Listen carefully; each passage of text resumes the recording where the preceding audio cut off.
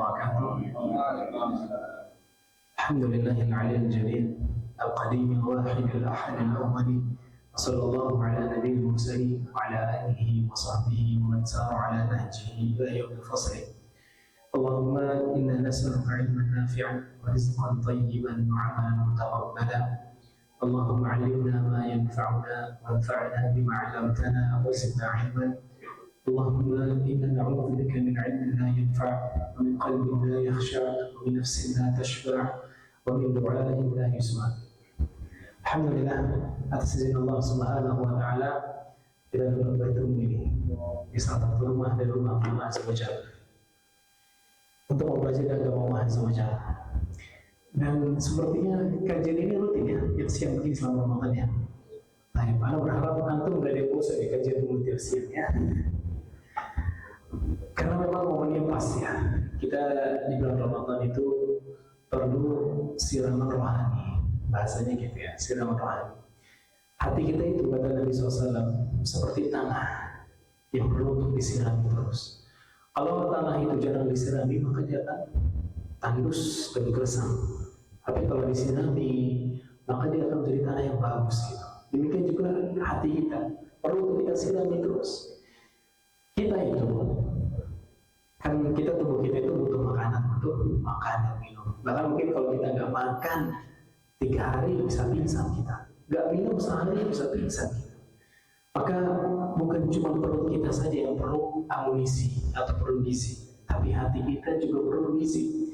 Dan gizinya adalah menghadiri majelis ilmu, gizinya adalah melakukan ketaatan dan sebagainya. Dan Allah harap juga antum nggak bosan dengan majelis ilmu ya, karena majelis ilmu ini sangat luar biasa sebenarnya. Karena aku sudah sering dengar mungkin Nabi SAW mengatakan majtama'a qaumun fi baitin min buyutillah yatluna kitab Allah. Tidaklah suatu kaum berkumpul di salah satu rumah dari rumah Allah, mereka melantunkan ayat-ayat Allah, wa yatadarasunahu fima bainahum. Mereka pelajari ayat-ayat Allah. Inna nazalat 'alaihim sakinah. Kecuali ketenangan bakal turun. Dan kita sering dapat nih kalau di majelis ilmu ketenangan turun ya, benar nggak? Sampai kadang saking tenangnya merem. Tenang sekali. Dan memang betul ya, Ana jamin, antum di kantor pasti pusing kan bawaannya. Kalau di majelis ilmu kayak gini apa bawaannya? Iya ya, tidur nih. Betul kan? Ketenangan memang ada, ketenangan yang antum rasakan di majelis ilmu. Kalau di kantor itu penuh dengan tekanan, di sini antum dapati ketenangan. Kemudian Nabi SAW juga mengatakan hafat bihimul malaikah wa basyatul rahmah. Rahmat Allah SWT meliputi kita. Dan rahmat Allah adalah kasih sayangnya kepada kita. Jadi antum semua sekarang dalam keadaan dicintai sama Allah Azza wa Jalla. Wa basyatul malaikah. Malaikat itu turun ke sini. Mereka hadir di majelis ilmu. Mereka hadir di majelis ilmu. Maka ada sebuah hadis yang sahih dari Nabi SAW bahwasanya inna lillahi malaikatan sayyarah. Allah Azza wa Jalla itu punya malaikat yang namanya sayyarah, bukan mobil ya. Antum nggak pernah baca bahasa Arab? Sayyarah itu artinya apa? Mobil ya. Tapi bukan itu artinya. Artinya adalah malaikat-malaikat yang kerjanya keliling bumi, yang tamisu dan majalis dzikir. Mereka kerjanya cuma satu, nyari majelis ilmu. Ketika mereka dapat, mereka duduk di situ dan mendengarkan. Saking mulianya majelis ilmu. Dan dulu para sahabat ridwanullah alaihim juga sama. Mereka itu senang loh, memanggil teman-teman yang lain untuk duduk bersama. Kemudian kita mengingat-ingat nikmat Allah kepada kita. Kita sampaikan ayat-ayat Allah, hadis-hadis Nabi itu, mereka senang kayak gitu. Sahabat Abdullah bin Rawahah sering mengatakan kepada para sahabat yang halumu ilaina najlisu nazidu imanana sa'adah. Ayo ke sini, kumpul kita. Kita duduk bareng, kemudian kita tambahkan keimanan kita. Karena emang kita dalam menjalani kehidupan sehari-hari itu pasti keimanan menurun. Apalagi kalau kita dapati masalah pada hari itu, pasti bawaannya kesal, bergumam, galau, semuanya penuh di otak kita. Tapi karena adanya majelis ilmu, kita mengingat Allah, ingat-ingat ayatnya Allah, itu hati jadi tenang lagi. Oh iya ya, oh iya ya. Apalagi pembahasan kita pada hari ini sangat-sangat penting gitu ya. Jangan khawatir sama rezeki, Masya Allah. Ini pembahasan penting. Cuman menjadi sebuah problematika yang terus-terusan ada di tengah-tengah kita semua. Padahal kita sudah yakin sebenarnya bahwa rezeki itu Allah jamin, kita yakin itu. Tapi terkadang bisikan syaitan itu datang membuat kita takut akhirnya sama masalah rezeki. Sering sekali kita ditanyakan tentang bagaimana yang menghilangkan rasa was-was takut dengan masa depan. Banyak orang kayak gitu kan ya, dia takut sama masa depannya, masa depan dia, masa depan istrinya, masa depan anaknya, dia khawatir semua. Akhirnya tiap hari dalam keadaan bingung ngapain, bingung harus ngapain, harus apa yang kita siapin, bingung nih. Karena dia ditakut-takutin sama syaitan dan takut dengan kefakiran. Dan untuk menghilangkan rasa takut ini agar kita nggak khawatir dengan rezeki kita, ada beberapa hal yang perlu kita lakukan, beberapa hal yang perlu kita lakukan dan kita ketahui agar kita nggak khawatir lagi sama rezeki kita. Secara dasar, secara fitrah kita itu yakin rezeki kita dijamin semua, kita yakin secara fitrah. Tapi ya banyak unsur-unsur yang lain yang memasuki pikiran kita sehingga membuat kita khawatir dengan rezeki kita.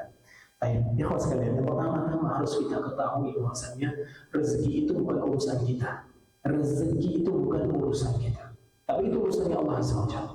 Antum gak usah bikin rezeki antum gimana, itu udah urusannya Allah. Allah mau ngasih antum seapa itu suka-suka Allah. Gak usah antum pikirin. Tugas antum, tugas kita semua adalah akhdul asbab. Itu mengambil sebab-sebab untuk mendatangkan rezeki itu. Udah. Nanti Allah mau ngasih kita berapa? Syukuri sudah, syukuri. Makanya Allah Azza wa Jalla berfirman, wa in min syai'in illa 'indana khazainuhu wa ma nunazziluhu illa biqadarin ma'lum. Dan tidak ada sesuatu pun melainkan pada sisi kami lah khazanahnya. Maksudnya adalah rezekinya. Jadi rezekinya itu di sisi kita yang ngatur. Kami tidak menurunkannya melainkan dengan ukuran tertentu. Dengan ukuran tertentu. Antum dengan manajer antum, dengan direktur antum, beda rezekinya betul. Dia kaya, antum biasa. Ada mungkin sebagian kita ada yang belum Allah kasih kelapangan. Tapi itu semua Allah yang menakdirkan. Dan itu Allah tetapkan dengan keilmuan Allah dan keadilan yang Allah Azza wa Jalla. Maka antum jangan merasa karena diri kita orang miskin mulu ya. Anda 10 tahun, 15 tahun berusaha untuk bisa jadi orang kaya, kok tetap miskin. Maka itu artinya takdir antum memang menjadi orang yang miskin. Terima takdir Allah Azza wa Jalla. Makanya Nabi SAW mengatakan, ajaban li amril mu'min. Sungguh menakjubkan perkaranya orang yang beriman nih. Kenapa? Idza asabahu sarra syakara fakana khairan lah. Kalau dia ditimpa kebaikan, sesuatu yang menyenangkan hatinya, dia bersyukur karena hal itu. Wa idza asabathu dharra sabara fakana khairan lah. Kalau dia ditimpa dengan kemudaratan, sesuatu yang bikin hatinya sakit, dia sedih, dia galau, maka dia bersabar karena hal itu. Dan itu hal yang baik buat dia. Jadi jangan antum mengira orang yang kaya itu hidupnya pasti enak-enak saja, yang miskin pasti sengsara. Enggak gitu konsepnya. Dan antum insya Allah tahu itu semua, kita semua tahu tentang hal itu. Orang yang kaya belum tentu hidup dengan tenang. Mungkin dia kepikiran dengan banyaknya hutang, tagihan, banyaknya tekanan dari sana sini, banyaknya sebuah hal yang harus dia tunjukkan. Tapi terkadang kita dapati orang yang hidupnya pas-pasan tuh kayak santai banget hidupnya, kayak nggak ada beban gitu. Dia jalani hidupnya ya santai aja. Hari ini dapat berapa? Ya alhamdulillah. Dan mungkin nanti bisa lihat ke Pomblong. Coba nanti lihat ke Pomblong itu. Tiap hari dia cuma dapat 10.000, 15.000, kadang 5.000, kadang nggak dapat. Tapi tenang aja hidupnya dia. Antum gaji bulanan sudah pasti. Ada tunjangan. Kita semua dapat gaji, dapat tunjangan. Apa yang kita khawatirkan gitu?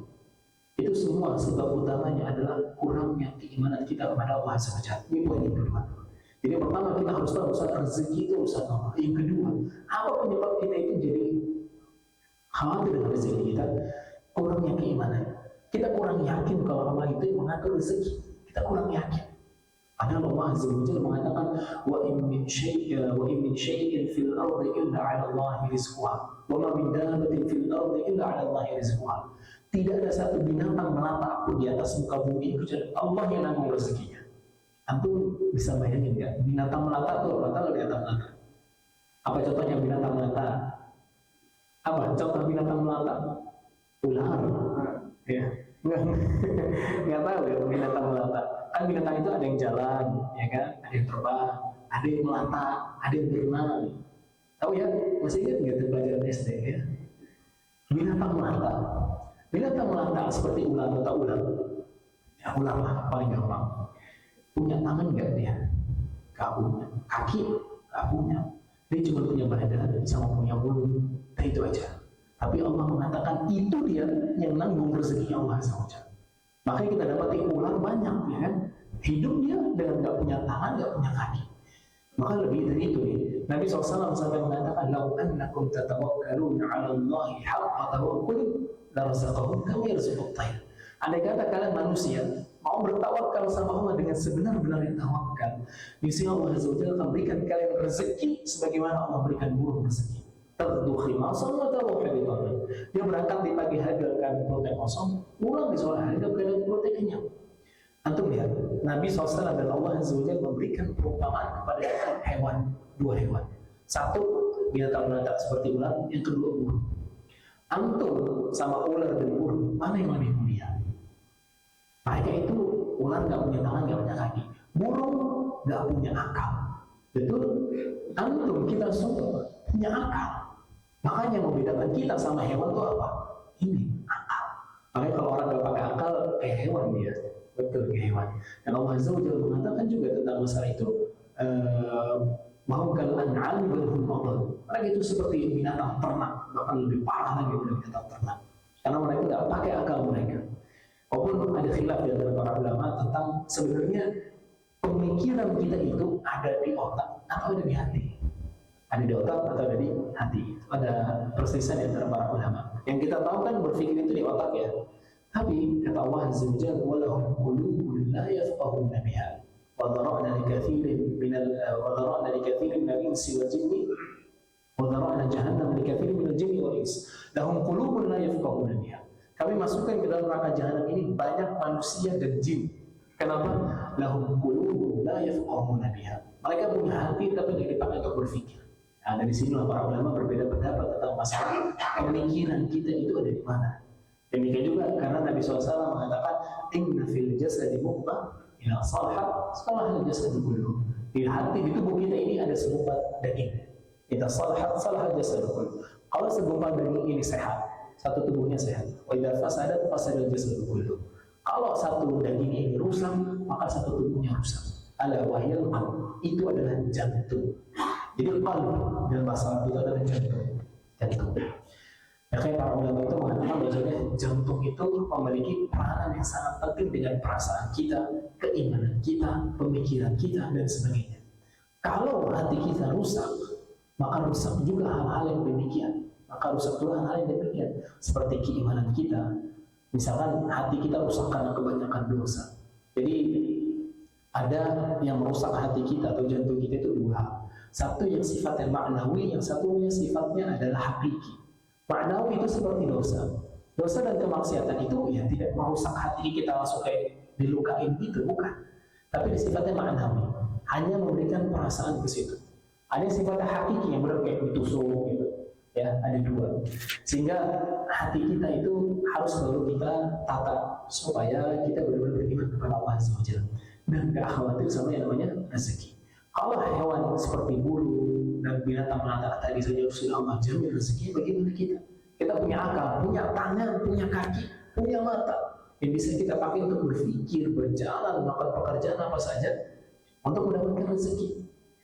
Anda bisa lihat burung tadi ya, dia berangkat di pagi hari. Anda melihat burung setiap pagi itu coba lihat dia bersinggul di pagi hari. Dia keluar dari sarangnya untuk cari makan. Dan dia nggak pakai akalnya, harus gimana caranya, nggak ada. Ngalir dia, taunya dapat. Karena Allah yang memberikan mereka rezeki. Anak-anak burung itu, antum lihat anak burung tahu kan ya? Di sarang burung itu saya nggak ada anak-anaknya kan? Anak-anaknya diem di situ, dia cari makan siapa? Orang tuanya. Itu rezeki juga dari Allah Azza wa Jalla buat mereka. Kalau hewan-hewan kayak gitu saja sudah Allah jamin rezekinya, lalu gimana kita? Lalu bagaimana kita? Mau sampai kapan kita khawatir dengan rezeki kita? Kalau hewan-hewan saja sudah Allah jamin. Dan Allah Azza wa Jalla mensifati kita dengan apa? Laqad khalaqnal insana fi ahsani taqwim. Kita sudah ciptakan manusia dengan rupa yang paling sempurna. Anda tahu jin? Tahu jin nggak? Pernah kenal dengan jin nggak? Jin disebutkan di sebagian riwayat, ciri fisik mereka itu jelek. Ciri fisik mereka jelek. Ada pernah suatu kejadian. Kalau masalah Abu Darda radhiyallahu anhu. Abu Darda ini dikenal dengan orang yang sangat-sangat dermawan. Pernah suatu ketika dia menyiapkan sembako kurma untuk dibagi-bagikan ke orang fakir miskin. Kemudian ditaruhlah di tempat tertentu. Ketika pagi hari ini dicek, loh, kok kurmanya berkurang? Kenapa ini? Nah, Abu Darda berpikir, ini ada maling. Harus nanti malam aku cek siapa malingnya supaya ketahuan. Pada malam harinya, Abu Darda duduk di dalam kamarnya, pintunya dibuka sedikit sambil mengarah ke kurma tadi itu, tempat kurma itu ditaruh. Abu Darda tunggu sampai berapa waktu malam sudah tiba, tiba-tiba Abu Darda melihat tangan yang ambil kurma itu. Akhirnya Abu Darda gaping, bahasanya dia dikagetin, tahu malingnya. Kaget orang ini kan. Tapi ketika Abu Darda deketin, ada yang menjanggal dari orang ini. Kenapa? Ada sebuah bentuk yang gak biasa dimiliki sama manusia. Kemudian Abu Darda mengatakan, anta jinni, kamu jin ya? Kata orang ini, biasa ya jin. Kemudian Abu Darda mengatakan, ini adakah? Coba kasih lihat tangan kamu. Akhirnya dikasih lihat tangannya tangan anjing. Tangannya tangan anjing, kaki anjing. Kemudian Abu Darda bertanya, ahakadha khalaqakumullah? Apakah seperti ini Allah ciptakan kalian? Kata jin ini, masih banyak yang lebih jelek dari saya. Jadi ini udah jin paling ganteng itu, tangannya tangan anjing. Ini masih banyak makhluk-makhluk lain Allah yang lebih jelek daripada kita. Kita Allah kasih kesempurnaan. Itu poin kedua. Jadi kurangnya keimanan kita kepada Allah Azza wa Jalla, sehingga membuat kita khawatir dengan masalah rezeki kita. Kemudian yang penting juga adalah rezeki itu merupakan suatu hal yang sudah Allah takdirkan dan tetapkan sebelum Allah menciptakan langit dan bumi. Anda sering dengar hadis ini, yaitu innallaha kataba maqadirul khalaiq qabla 50,000 sanah. Allah telah menetapkan takdir seluruh alam semesta ini 50.000 tahun sebelum Allah ciptakan langit dan bumi. Dan di dalamnya juga ada takdir kita semua. Kita jadi orang yang kaya atau yang miskin, yang berkedudukan atau rakyat biasa, itu sudah Allah tetapkan. 50.000 tahun sebelum Allah ciptakan langit dan bumi. Para ulama mencoba mencari hikmah. Kenapa sih Nabi SAW sampai sebutkan hal itu? Yang pertama, hikmahnya jelas untuk menunjukkan keagungan Allah Azza wa Jalla. Bahwasanya Allah telah menetapkan segala sesuatu dengan keadilan dan ilmu. Yang kedua, hikmahnya adalah agar kita ketika ditimpa musibah gak sedih-sedih aman. Dan itu berdasarkan firman Allah Azza wa Jalla di surat Al-Hadid. Ma asaba min musibatin fil ardi wala fi anfusikum illa fi kitabin min qabli an nabraha. Segala sesuatu yang menimpa kamu atau menimpa alam semesta ini dan juga kamu, itu sudah kita tetapkan di Lauhul Mahfuz min qabli an nabraha. Sebelum itu semua terjadi, sebelum alam semesta ini ada, sudah ditetapkan itu bakal terjadi. Inna dzalika 'ala Allahi yasir. Hal yang demikian mudah buat Allah Azza wa Jalla. Apa tahu hikmahnya apa? Likai la ta'samu 'ala ma fatakum wa la tafrahu bima atakum. Agar kalian itu enggak terlalu berputus asa dengan apa yang luput dari kalian dan enggak terlalu senang atau bangga dengan sesuatu yang kalian dapat. Kita kalau kehilangan sesuatu langsung sedih banget, betul? Sedih banget. Baru beli motor, hilang motor. Baru beli HP, dicolong. Baru dapat uangnya jatuh, hilang. Baru beli makanan tumpah, sedih kan? Tapi itu semua ternyata sudah Allah takdirkan 50.000 tahun sebelum Allah ciptakan langit dan bumi. Sehingga ya sudah, kalau kita beriman dengan masalah ini, maka ketika kita mendapati suatu hal yang kita sukai, kita bilang qadarullah wa masyaallah. Maka Nabi SAW mengatakan, la wasabakum syai'un fala taqul lahu anni fa'altu kadza wa kadza. Kalau kalian ditimpa sesuatu yang kalian tidak sukai, jangan mengatakan andai kata aku lakuin ini dan itu. Walakin qul qadarullah wa ma syafa'al. Tapi katakanlah qadarullah wa ma syafa'al. Atau qadarullah wa ma syafa'al. Ini semua sudah Allah takdirkan dan apa yang Allah kehendaki pasti terjadi. Itu artinya. Sehingga kita benar-benar menampakkan ketawakalan kita kepada Allah. Iya, ini Allah yang ngasih rezeki. Kalau Allah mau ambil, ini udah silakan. Dan bahkan mungkin antum mendapat itu. Setiap dari kita sudah punya rezekinya masing-masing. Contoh, kalau ini sesuatu bukan rezeki kita nih. Contoh, antum beli makanan, niatnya untuk besok dimakan. Karena udah terlalu malam, udah ngantuk, besok aja lah dimakannya. Antum taruh kulkas. Anak istri antum nggak antum kasih tahu itu punya antum mau dimakan besok. Ketika pagi hari antum buka, makanannya hilang. Kemana ditanya? Dimakan sama anak-anak. Oh, berarti itu bukan rezeki aku ya ternyata. Atau pahamnya kayak gitu. Oh ternyata makanan yang semalam udah anak beli itu bukan rezeki anak. Antum bisa beli, iya bisa beli. Antum bisa siapkan, bisa. Tapi antum menikmati belum itu. Karena itu bukan rezeki antum. Makanya subhanallah, kenapa kita nggak perlu khawatir sama rezeki? Itu diantaranya Nabi SAW mengatakan, Inna nafsa lan tamut hatta tastakmila rizqaha. Yang sebuah jiwa, kata Nabi SAW, gak akan mati sampai rezekinya sempurna. Gak akan mati. Antum, kita semua gak akan mati sampai rezeki kita sudah sempurna diberikan kepada kita. Gak akan. Maka ada sebuah kisah yang disebutkan sama para masyayikh. Ada orang, ada nggak tahu daerah mana, cuma diceritakan dia terjatuh ke sumur, Akhirnya nggak lama dari itu ada orang yang lewat, melihat tuh ada orang yang di dalam sumur. Akhirnya dibantulah keluar. Nah dia udah di dalam sumur itu udah cukup lama sampai kering tenggorokan haus. Akhirnya diberikanlah sama orang yang dapetin itu susu, diminumlah sama dia. Setelah minum, si orang yang nolong dia nanya, kamu gimana kok bisa jatuh ke sumur itu? Kata dia, aku tadi duduk di sini terus aku jatuh. Sama dia atau apa yang dilakukan? Dipraktekin lagi sama dia. Dipraktekin lagi. Akhirnya dia duduk di sumur itu jatuh beneran dan akhirnya mati. Tapi Anda bisa lihat, dia masih punya satu rezeki yang tersisa, yaitu minum susu. Dan kita semua demikian. Rezeki kita nggak akan mati kecuali rezeki kita sudah sempurna. Maka kita nggak perlu khawatir. Jangan di hidup ini kalau memang waktunya kita dipanggil sama Allah, panggil kita balik sudah. Dan yang namanya dipanggil sama Allah, sempurna rezeki bukan dengan sudut pandang kita, bukan. Contoh, ada orang yang punya harta simpanan, dia ada uang di bank, punya emas, punya mobil, punya motor, punya rumah, tiba-tiba mati. Kan kita sebagai manusia melihat, oh rezeki dia masih banyak di situ, betul? Ada rumah, ada uang, ada ini kaya orangnya. Tapi kok dia mati gitu? Padahal katanya rezeki dia nggak akan mati sampai rezeki sempurna. Maka kita katakan dia sudah sempurna menerima rezeki itu. Dia menggunakan rezeki itu sudah habis, senjatanya selesai. Karena rezeki itu sejatinya rezeki yang kita miliki itu cuma 3 cuma 3. Jadi antum jangan merasa antum sudah memiliki segala sesuatu kecuali antum tahu bahwa rezeki yang antum miliki cuma 3 sebenarnya. Sebagaimana sabda Nabi SAW ketika Nabi SAW membaca firman Allah Azza wa Jalla, Alhaakumut takatsur, telah membinasakan kalian memperbanyak-banyak harta. Jadi kita semua manusia itu suka untuk memperbanyak-banyak harta, berlomba-lomba. Dia kekayaannya sekian, oh gue harus lebih.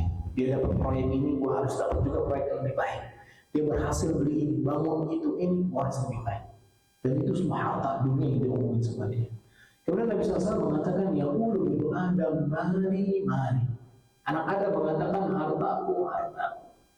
Kemudian Nabi SAW mengatakan, wahala kayak benda Adam bin malika, inna ma'akalka fa'afnita. Wahai manusia, anak Adam, emang harta apa yang kamu miliki kecuali apa yang kamu makan kemudian jadi kotoran? Satu. Au ma labista fa'ablaita, atau yang kalian pakai kemudian jadi usang. Au ma tasaddaqta fa'amdaita, atau yang kamu sedekahkan maka itu kamu sisakan. Jadi harta yang kita miliki, kenikmatan dunia yang kita dapati sekarang, itu semua bakal kita tinggal di dunia, bakal kita tinggal. Dan yang kita bawa itu apa yang kita sedekahkan di jalan Allah Subhanahu wa Ta'ala, apa yang kita nafkahi ke anak istri kita, apa yang kita gunakan untuk kegiatan kajian misalkan, atau kebutuhan masjid, kebutuhan dakwah, bikin pesantren, bikin sekolah, bermanfaat. Itu yang kita bawa. Maka pernah suatu kisah, Nabi SAW itu diberikan satu ekor kambing yang sudah matang tinggal dimakan. Kemudian Nabi SAW ketika Aisyah suguhkan kambing itu, Nabi SAW perintahkan Aisyah untuk dibagi-bagi. Kemudian dibagi-bagi dan Aisyah tinggalkan satu bagian paha. Kemudian kata Aisyah, ya Rasulullah, nggak ada yang tersisa kecuali satu bagian paha ini saja. Antum tahu apa kata Nabi SAW? Kata Nabi SAW, ya Aisyah, yang tersisa itu apa yang sudah kita berikan dan yang nggak akan kita bawa ini. Jadi yang kita sisakan untuk kehidupan akhirat itu yang tadi udah kita kasih. Ini nggak akan kita bawa ke akhirat. Ini udah selesai di sini. Kita makan jadi kotoran. Mau makanan semahal apapun, kembalinya toh sama ya kan? Kan nggak mungkin antum makan apa, totalnya jadi wangi gitu kan? Nggak mungkin, mustahil. Ini makanan mau semahal apapun, mau kaviar, kayak mau apa gitu dimakan, itu sama aja. Begitu, bau, nggak nikmat dan sebagainya. Itu hakikat kehidupan dunia kita. Dan subhanallah, mungkin sebagian kita, ini sering kita dapati juga, ada yang khawatir rezekinya tertukar atau diambil sama orang lain. Ya, sering tuh, banyak. Sering, terutama ini pedagang-pedagang kecil tuh, biasa sering banget kayak gitu. Subhanallah. Mereka, ini pernah kejadian. Anak punya sepupu, buka usaha kecil-kecilan mie ayam gitu lah, mie ayam. Gak lama dari waktu mie ayam dibuka, udah laris, banyak yang beli dan sebagainya. Sampai suatu ketika ada orang tiba-tiba datang ke tempat jualan dia. Gak kenal nih siapa, gak jelas kayak gitu. Kemudian menaburkan tanah di situ. Menaburkan tanah. Tanah apa yang ditaburkan? Tanah kuburan ternyata. Dia melakukan sihir. Sihir. Apa tujuannya? Supaya dagangannya gak laris. Supaya dagangannya gak laris. Kenapa dia sampai ngelakuin itu? Dia takut rezekinya diambil sama orang lain. Subhanallah. Jadi antum jangan khawatir rezeki antum nggak akan pernah tertukar sama orang lain. Dia dapat proyek, antum walaupun belum dapat, nanti ada rezeki yang lain.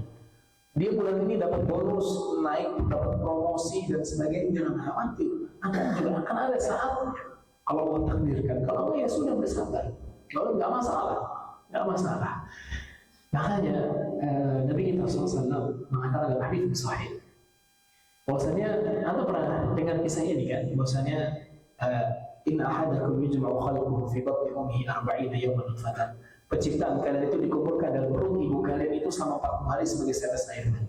Tsumma yakunu 'alaqatan mithla dzalik, kemudian menjadi segumpal darah. Tsumma yakunu mudghatan mithla dzalik, kemudian jadi segumpal daging. Tsumma yursalu ilaihi al-malak, diutuslah malaikat ke janin ini. Wa yu'maru bi arba'i kalimat. Kemudian dia diperintahkan untuk mencatat 4 hal. Apa yang dicatat? Apa yang dicatat? Yang pertama tahu apa? Bikat birizkihi. Ini yang pertama dicatat. Rezekinya dia dicatat. Yang pertama. Antum nggak usah khawatir. Antum sekarang hidup sampai detik ini itu karena rezeki yang sudah Allah tetapkan itu di dalam janin. Makanya nggak heran juga terkadang ada janin yang masih dalam perut ibunya sudah 4 bulan baru mau lahiran, qadarullah meninggal. Karena memang rezekinya sebatas itu. Yang kedua ada tulis wa ajali, ajalnya. Yang kedua ajalnya. Ternyata rezeki dari janin itu ya sudah sampai 9 bulan, ajalnya di 9 bulan itu selesai. Dan kita juga semua sama. Kita nggak pernah tahu ajal kita kapan. Dan rezeki kita juga sama, kita nggak tahu. Jadi antara ajal dengan rezeki itu 2 hal yang kita nggak pernah ketahui. Dan itu semua adalah urusannya Allah dan rahasianya Allah Azza wa Jalla. Nggak ada yang tahu kecuali Allah Azza wa Jalla. Maka kewajiban kita adalah beriman kepada Allah Azza wa Jalla dengan rezeki kita, dan nggak perlu khawatir, nggak usah khawatir. Wallahi, antum bayangkan ada orang-orang yang tinggal di pelosok sebuah daerah, jauh dari ikut kehidupan kota, jauh dari peradaban, tapi mereka bisa hidup, bisa beranak pinak. Dan antum, kita semua yang tinggal di kota, masa sampai khawatir masalah kayak gitu? Apakah kita lebih khawatir dengan kehidupan kita di sini yang penuh dengan segala sesuatu, yang banyak gedung, ada jalan, ada listrik, ada air, kantor full dengan AC, ada HP, ada internet, akses semua bisa dimudahkan, kita gampang. Mereka nggak punya apa-apa, tapi hidup bisa jalan aja. Karena mereka sudah menjalani hidup begitu saja. Makanya kunci agar kita tidak khawatir dengan rezeki kita adalah tawakal sama Allah. Tapi apa tawakal itu? Tapi apa tawakal itu? Tawakal, ikhwan sekalian, adalah menyerahkan diri kita kepada Allah SWT. Kita gantungkan diri kita kepada Allah SWT. Itu adalah tawakal. Jadi kalau kita belum menggantungkan diri kita kepada Allah, berarti kita belum tawakal. Kita masih pede sama diri kita sendiri. Wallahi, kalau kita masih terlalu pede sama diri kita sendiri, kita bakal ditinggalkan sama Allah SWT. Jadi dia gak butuh sama aku, buat apa aku tahu? Jadi makanya kita itu harus selalu merasa butuh sama Allah SWT. Makanya di antara juga kiat agar kita gak khawatir sama rezeki adalah sering-sering berdoa sama Allah SWT untuk minta kecukupan. Di antara doa yang Nabi SAW ajarkan adalah Allahumma aghnini bihalalika an haramik wa aghnini bika an siwak. Ya Allah, cukupkan aku dengan segala sesuatu yang halal, dan jauhkan aku dari segala sesuatu yang haram, dan cukupkan aku denganmu dari yang selainmu. Dan Nabi SAW juga mengatakan Allahumma a'inni ala dzikrika wa syukrika wa husni ibadati. Ya Allah, buat aku selalu mengingatmu, kita selalu bersyukur sama atas nikmat-nikmat dan rezeki yang kau berikan. Nah, di sini ada catatan penting. Kita jangan mempersempit makna rezeki itu adalah harta. Ini salah, nggak boleh. Ya, nggak boleh kita mempersempit rezeki itu harta. Nggak. Rezeki itu ada dua. Ada rezeki yang sifatnya material dan ada rezeki yang sifatnya ruhiyah atau ma'nawiyah, sesuatu yang tidak nampak. Yang material ya kita tahu segala sesuatu yang kita makan, minum, kita nikmati, uang, keluarga, dan sebagainya. Tapi juga ada sifat rezeki yang tidak nampak, tidak kasat mata. Apa contohnya? Kita sabar ketika menghadapi ujian, itu rezeki dari Allah. Antum hadir di majelis ilmu sekarang, itu rezeki dari Allah SWT. Antum sholat tadi, itu rezeki dari Allah SWT. Taufik dan hidayah Allah itu adalah rezeki dari Allah SWT. Jadi jangan dipersempit. Makanya orang yang miskin jangan selalu merasa dia tidak memiliki rezeki apa-apa. Enggak, salah dia. Dia miskin, nggak punya harta, tapi dia punya yang lain. Misalkan dia miskin tapi rajin ibadah sama Allah SWT. Rajin datang ke kajian majelis ilmu, rajin sholat, rajin ke masjid, rajin puasa. Itu rezeki buat dia. Makanya para ulama juga menyebutkan bahwasanya ibadah itu juga rezeki. Ibadah itu rezeki. Jadi jangan antum sempitkan. Kita nggak boleh mempersempitkan rezeki Allah. Kalau kita persempitkan, maka Allah sempitkan juga rezeki kita. Ya, nggak boleh kita persempit rezeki kita. Kita bikin seluas-luasnya. Allah gimana nanti memberi kita rezeki itu suka-suka Allah. Caranya gimana itu terserah Allah SWT. Makanya kalau kita benar-benar bertawakal kepada Allah, pasti ada keajaiban yang datang kepada kita semua. Dan mungkin kita semua sudah merasakan. Anak ini, anak gaji sampai jam berapa? Sampai maghrib. Oh, sampai jam 1. Anak closing ya, anak closing. Sampai jam 1 ya, ditanya jam. Anak closing. Kisah yang ada sendiri alami. Anak sekitar 1 tahun yang lalu, kan baru selesai kuliah nih. Kemudian pengen mau balik barang-barang yang anak tinggal di Jember. Anak udah di Jember. Pengen anak mau balik. Qadarullah masyafa'an mafi fos. Gak ada duit anak. Duit anak sisa berapa waktu itu? 1 juta atau berapa gitu. Tapi itu juga ada kebutuhan untuk yang lain. Sedangkan untuk memindahkan barang-barang di sana butuh uang yang banyak. Butuh tiket buat ke Jember, butuh sewa mobil, butuh tiket buat balik lagi ke Jakarta, banyak yang dibutuhkan. Waktu anak total, anak butuh sekitar 15 juta. Astagfirullah. Anak bingung kan, ya Allah 15 juta dari mana ya? Anak mau utang cuman kayak anak konsep hidup anak nggak mau berhutang. Konsep hidup anak. Terserah antum konsep hidupnya gimana. Tapi anak nggak mau berhutang. Konsep hidup anak. Kalau nggak punya duit, ya sudah sabar. Kalau punya duit tak apa, gitu. Akhirnya ya udah anak tawakal aja dulu, datang ke Jember. Nanti gimana Allah kasih caranya suka-suka Allah. Kalau memang waktunya untuk ngirim barang sekarang, udah pasti ada caranya. Berjalan waktu di sana, anak packing barang sama istri anak di sana, dirapihin semua. Anak kontak salah satu penyedia layanan pindahan rumah. Di kontak dinilai sama dia, nilainya sekitar 13 juta. Wah, 13 juta ini dari mana? Duh, gimana ya? Dia udah bilang ke dia, udah nanti saya kabarin lagi kalau jadi ya. Berjalan waktu 1 pekan lah di sana. 1 hari sebelum hari di mana Anda harus segera balik karena udah beli tiket kereta. Tiba-tiba tetangga Anda di Jember datangin Anda. Ustaz, Anda mau balik ke Jakarta? Iya, mau balik ke Jakarta. Oh, terus barang-barang gimana ngirimnya? Anda lagi nyari sih, memang jasa pindahan kemarin udah dapat, harganya cukup mahal sih. Berapa? 13 juta. Wow, mahal banget itu 13 juta. Gak usah pakai itu, Anda cariin buat antum. Serius nih Pak? Iya udah ada cek, tenang aja. Insya Allah dapat. Kapan antum balik? Sabtu besok. Ini ketemu Kamis. Sabtu udah harus balik ya. Akhirnya dicari sama dia. Sorenya dia ketemu Anasnya. Sorenya di telepon. Ustaz, udah nunggu. Harganya cuma 3.500.000. Selisih 10 juta bro. Itu bukan uang yang kecil kan? 10 juta. Anda menyelamatkan 10 juta uang Anda itu. Kalau ada uangnya, nggak ada uangnya masalahnya. Akhirnya serius Pak, cuma 3.500.000 dia itu udah include sama tol. Sudah include sama tol. Murah banget. Udah siap, anak siap untuk pakai. Ya udah, nanti hari Sabtu diambil sama orangnya. Tapi hari Sabtu itu kita naikin dan sebagainya. Ketika mau dikirim, ini anak harus bayar lunas atau cicil dulu karena belum ada uangnya nih. Insya Allah besok sudah ada lah. Atau sebenarnya udah Ustaz, antum kirim setengahnya dulu aja lah. Alhamdulillah ada 1,5 lah. Nah kirim 1,5 buat tol kata dia, buat makan. Akhirnya udah kena jalan ya. Dan subhanallah antum tahu apa? Yang 3.500.000 ini lewat tol dan 1 hari sampai. Dia pun jalan dari Jember ke Jakarta. Yang 13 juta belum include tol.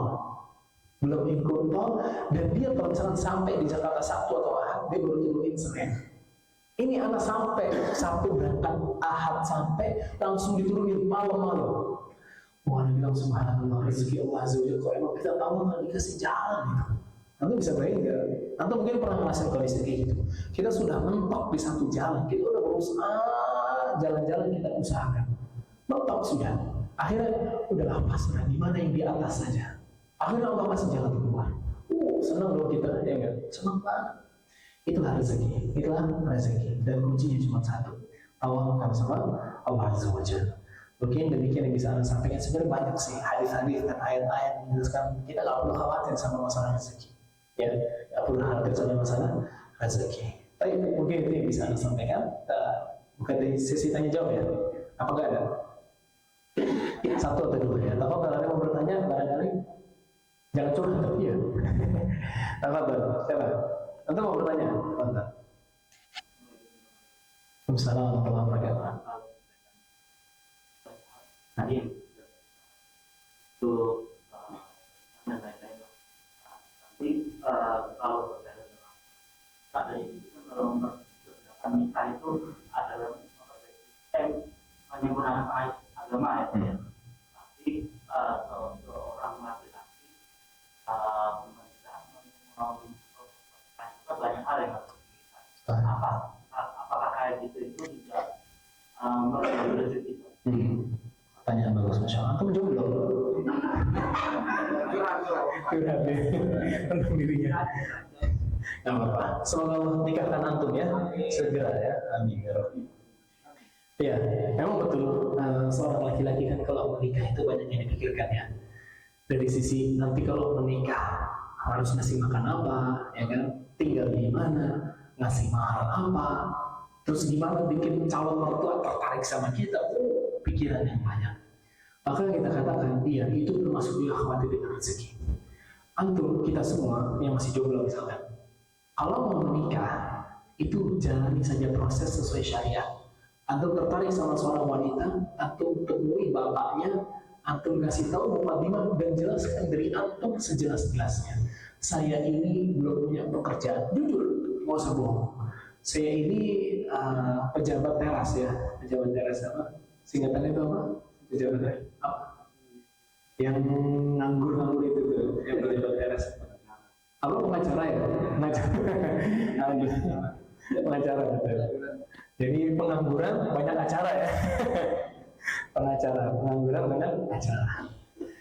Jujur saja, apa yang saya miliki adalah sekian. Saya untuk menikahi putri bapak cuma bisa memberikan mahar sekian dan sebagainya. Sisanya bagaimana? Sisanya saya tawarkan sama Allah Azza wa Jalla.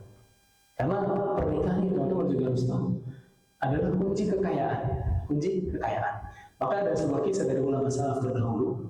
Ini bukan ulama salaf, tapi dia datang ke ulama salaf. Dia bilang, wahai Syekh, saya pengen jadi orang yang kaya. Alaikum nikah. Kamu nikah lagi. Nikah lagi yang kedua kali. Nikah yang pertama. Karena kok anak masih miskin, nikah lagi. Nikah yang kedua. Kalau saya masih miskin, datang lagi yang ketiga. Sampai keempat, dia bilang, saya udah kaya. Ya. Makanya para ulama mengatakan kita bisa bergina fin nikah. Cari kekayaan itu di dalam pernikahan. Tapi bukan berarti antum setelah menikah otomatis jadi Bill Gates, enggak otomatis jadi Bill Gates. Tapi Allah berikan kecukupan untuk antum dan istri antum. Jadi kalau antum menikah, jangan antum kira rezeki satu dibagi dua. Enggak gitu konsepnya. Antum menikah satu istri antum. Ada dua. Antum punya anak, nambah lagi 3. Punya anak lagi 4, nambah istrinya, nambah lagi begitu. Ya, konsepnya begitu. Bukan kita nikah dibagi 2, punya anak dibagi 3, punya istri lagi dibagi 4, nggak begitu. Ya. Jadi satu tetap masing-masing rezekinya sendiri-sendiri. Ya. Jadi memang termasuk yang harus dihilangkan buat para jomblo yang belum menikah itu khawatir dengan masalah itu. Tapi bukan berarti juga karena Ustaz tadi bilang nggak usah khawatir rezeki, udah saya langsung jalan aja Bismillah. tetap diusahakan terlebih dahulu apa yang bisa kita hadirkan, dari memberikan mahar yang layak, kemudian negosiasi supaya nggak perlu mengadakan acara yang terlalu wah gitu kan, yang biasa aja di KUA bila perlu. Kayaknya lagi ngetren sekarang nikah di KUA doang ya, karena murah ya, 600.000 doang katanya. Antum yang udah nikah berapa juta bisa? Sekarang ngetrennya nikah di KUA, antum bisa nikah di KUA, mudah itu insya Allah ya. Jadi memang khawatir sama bagaimana, itu adalah kekhawatiran terhadap rezeki. Tapi tidak menafikan juga kita harus mencari cara sebab agar kita bisa dapatkan rezeki itu. Contoh antum cari istri kan, apa antum sekarang dapat istri tiba-tiba? Emang antum Nabi Yusuf ya kan? Enggak kan? Antum manusia biasa perlu mencari gitu kan? Jadi tetap mencari kayak gitu. Dan itu termasuk, jadi yang tadi itu termasuk khawatir terhadap rezeki. Khawatir. Ini Allah a'lam bishawab. Ada pertanyaan lain? Atau lagi? Atau cukup? Cukup. Udah sampai tenang banget ini rasanya ya, Masya Allah ya. Cuman tenangnya sampai matanya ikut tenang gitu kan. Insya Allah. Tidak ada lagi? Baik. Ini kita coba ya. Mungkin ini bisa saya sampaikan. Kalau ada tutur kata yang keliru, mohon maaf. Itu semua dari diri Anda. Allah dan Rasulullah terlepas dari itu semua. Kita tutup dan doa untuk menjadi subhanakallahumma wa bihamdika asyhadu an la ilaha illa anta astaghfiruka wa atubu ilaik. Assalamualaikum warahmatullahi wabarakatuh. Waalaikumsalam.